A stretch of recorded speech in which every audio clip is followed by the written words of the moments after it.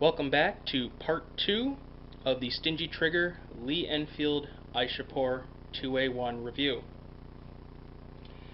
Moving on after history, you got a pretty good idea of where this rifle came from and what was involved in its rather unique creation. So now we're going to move on to a few other of our areas, most notably in its design.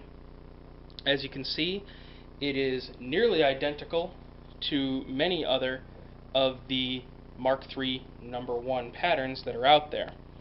There are a couple of noticeable innovations.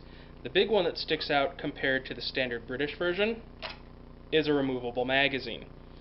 I bet every British Tommy in World War I would be envious of your ability to pull the magazine out, especially if he encountered rimlock with the older 303, rather than having to try and strip and fix his rifle in the middle of the battle. So that's the big innovation that was seen. Other than that, the only real innovation is right here. The stripper clip feed slot was changed to match the USGI 308 stripper clip for the 308 rounds that this fired, so that the Indian Army could simply purchase 5 and 10 round stripper clips for stripping up their ammo for quick and easy loading. Now, as you probably say, well, why do you need stripper clips if you've also got magazines? Simply put, stripper clips is how the ammunition came. It was quicker to load the magazines off of this a lot of times in the top than load them by hand and keep the extra magazines around. So a lot of guys simply still carried ammunition on strippers and left the extra weight of the magazine back in the barracks. Other than that, there's not a lot of innovation in this gun. They made a few small changes, like I said, the magazine, a couple of other cosmetic changes, most notably graduating the sight in meters instead of yards, and adding a few things like a beefier, squared off front sight blade protection on the front. Other than that, we don't exactly score very high on innovation for this rifle. It is essentially the exact same rifle that has been in service since the early 1900s during the Boer Wars. Now, materials, on the other hand, you do get a lot of bonuses, as they used the best top quality materials when the rifle factory Ishapore actually produced these. If you find one with all original furniture, as you can see here, it is a very nice dark teak. This is of course because of the tropical woods that were available when they were making these. Some of them will have replacement parts that feature the older British walnut or other European hardwoods, but by and large the Indians used teak when they made their guns. Furthermore, you're going to see that there's the very, very beefy, thick N-type steel. Now, you might be thinking Indian steel, well, that can't be that good, right? India, especially in the 1950s and 60s, not being known for its manufacturing prowess. Well, that may be true, but this was, don't forget, a former British rifle factory using the best materials and heat treating techniques that they could get their hands on at the time. As a result, you have a very high quality, very rust resistant steel that wears extremely well, and despite its weight is very durable, as well as very strong to handle the increased pressures of the 308 round. Moving on to cartridge capacity, it's actually pretty good, especially if you compare to similar bolt-action rifles, particularly mainline battle rifles of the day. The Mausers, the Springfield, the Mosin Nagats, the Arasakas all had 5-round internal magazine capacity, whereas the Ishapores have 12, which is even 2 more than their older 303 British counterparts. Finding an actual full-size bolt gun, even today, produced that has greater than a 5-round internal box magazine, you're not really going to find it. Your Remington 700s and similar caliber large bore rifles are simply going to be sticking with 5 rounds bolt action.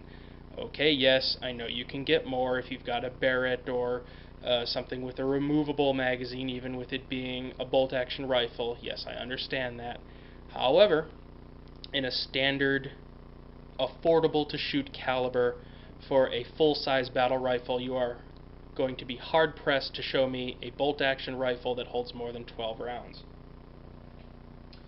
Field stripping and maintenance on this rifle could not be simpler.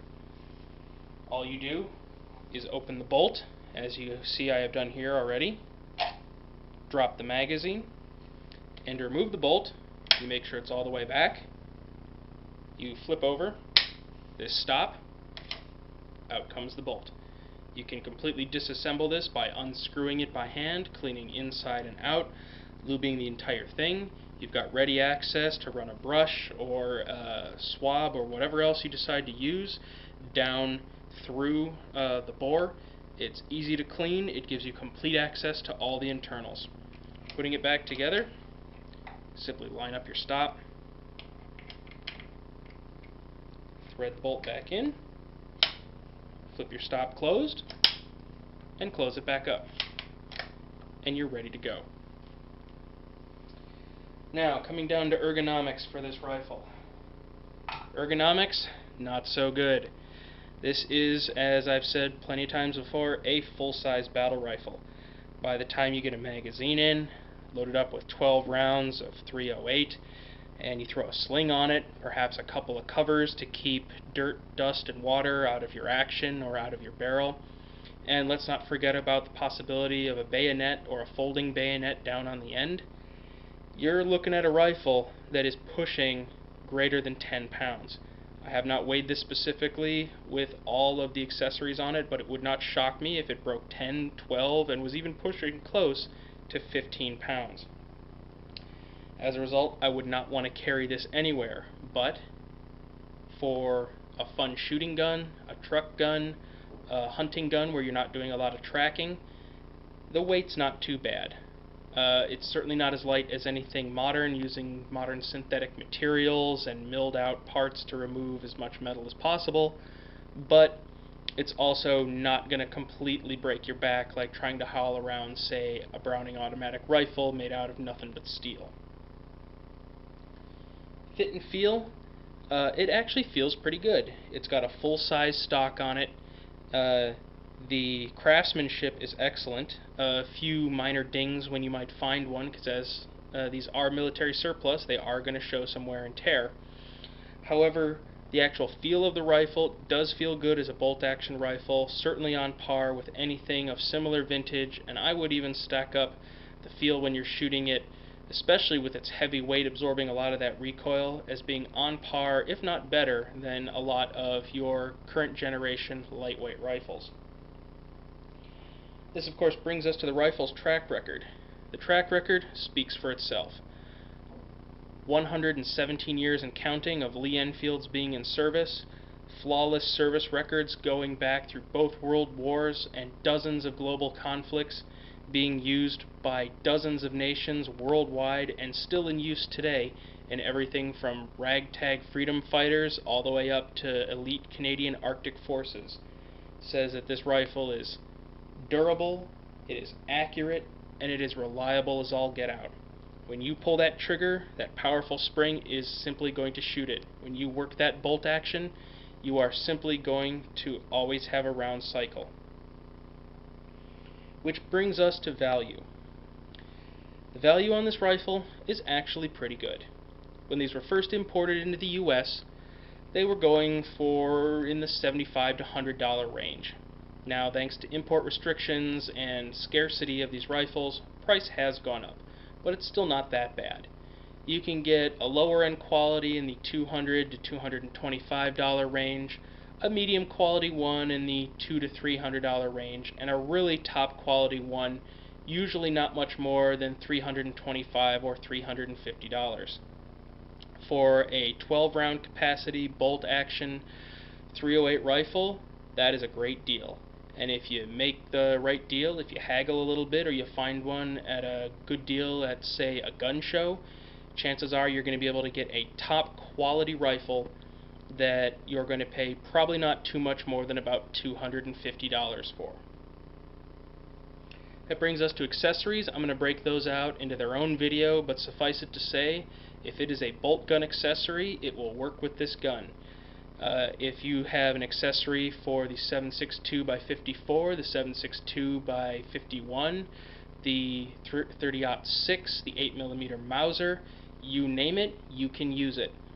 Pouches, webbing, cases, covers, slings, straps, you name it, you can use it with this rifle if it's designed for an older style, turn of the century through, heck, even the late 1960s bolt-action military-era rifles.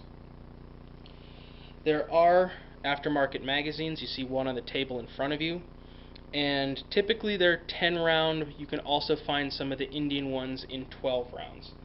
Chances are the magazines are going to cost you somewhere in the $20 to $40 range, depending on condition and how many rounds that they hold. Which brings us to intended use. Would I use this as a go-to-war gun? Absolutely not. There are simply far too many choices that weigh less, that are more capable, have higher firepower, have the ability to add on scopes, have the ability to use shorter barrels, to have better cycling systems, to be semi-automatic or what have you, no matter what country it comes from. As a fun gun, however, this is an excellent choice. Coming back to cost of ammunition, on a good sale, you can shoot a .308 round for between 30 and 50 cents a trigger pull. If you're trying to shoot 30-06, you're talking more like 80 cents to $1 a trigger pull. Poor condition, poor quality .303 ammo in a traditional British Enfield is going to cost you anywhere from 65 cents to upwards of $1.50 for a quality manufactured new round. That's $1.50 every time you pull the trigger, as opposed to at most 50 cents every time you pull the trigger. So with the Lee Enfield 308, you can pull your trigger 3 times as much in target shooting and fun shooting and clay shooting and what have you as you could with an original 303 variant. Which also makes it a great rifle for reenactors. If you're trying to have a Mark III number 1 rifle, number 3 Mark I rifle, I wonder how many times I've screwed that up, and you want to be able to shoot blanks in it, 308 blanks are a lot cheaper than 303, even when you're making them yourself. Plus you have all the added bonuses of avoiding rim lock and other such things that you get with this rifle. So enjoyment and fun factor is out of this world. If you like shooting old battle rifles, if you want to say shoot a battle rifle just like Dad carried in the battle, or Granddad or Great-Granddad carried in the Battle of the Somme, or in the invasion of Normandy, or that Dad might have used in Korea or Vietnam, but you don't want to break the bank doing it, and you don't want to have to worry about damage or the age of the rifle catching up with you, the Lee Enfield Ishapore 308 is an excellent, excellent choice. Overall, I'd say this gun has an amazing value for what it offers. Yes, it's not the lightest, yes, it's not the newest, but as far as a high quality, highly accurate bolt gun goes, you're going to be hard pressed to do better than the Lee Enfield Ishapore 308. Please come back for part 3 of this particular review, where I'm going to go over how you can identify one of these guns and tell it apart from its more traditional 303 Lee Enfield counterparts.